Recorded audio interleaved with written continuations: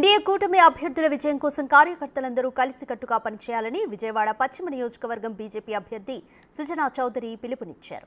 విజయవాడలో Janasena parliament coordinator Ammisetti Vasu ఆధ్వర్యంలో వివిధ పార్టీలకు చెందిన నేతలు జనసేన పార్టీలో భారీ ఎత్తున జాయిన్ అయ్యారు. ఈ కార్యక్రమానికి సుజనా చౌదరి ముఖ్య అతిథిగా హాజరయ్యారు. పవన్ కళ్యాణ్ గొప్ప మానవతావాది అని, తను కూడా పవన్ అభిమానినే అని సుజనా అన్నారు. జగన్ పాలనపై ప్రజలందరూ విసిగిపోయి ఉన్నారని, ఎన్నికల కోసం ప్రజలు ఎదురు చూస్తున్నారని అన్నారు.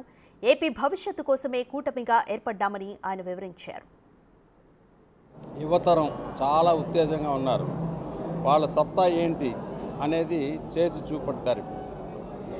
13వ తేదీన ఎలక్షన్ రోజునే తెలిసిపోతుంది. ఆ తర్వాత జూన్ 4న బ్యాలెట్ బాక్సులు బద్దలవటం ఖాయం, అందులో అనుమానమే లేదు. వాళ్ళు ఇంకేమీ తోచక ఇప్పుడు ఈ ల్యాండ్ రెగ్యులేషన్ యాక్ట్,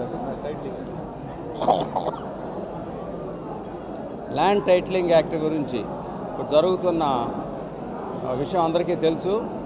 ఆ యాక్ట్ ఎంత దారుణమైన యాక్ట్ అంటే మన జేబులో డబ్బులు కూడా వాళ్ళ పర్మిషన్ తీసుకొని మళ్ళీ వేరే వాళ్ళకి వాడాలి అన్నట్లుగా ఉంది. అది అనాదిగా వస్తున్న ల్యాండ్ డాక్యుమెంట్స్ అన్నీ కూడా మళ్ళీ ఇంకోసారి టైటిలింగ్ యాక్ట్ అని పెట్టి, అంటే ప్రభుత్వ భూములు, ప్రభుత్వ ఆస్తులన్నీ అన్యాకృతం చేశారు.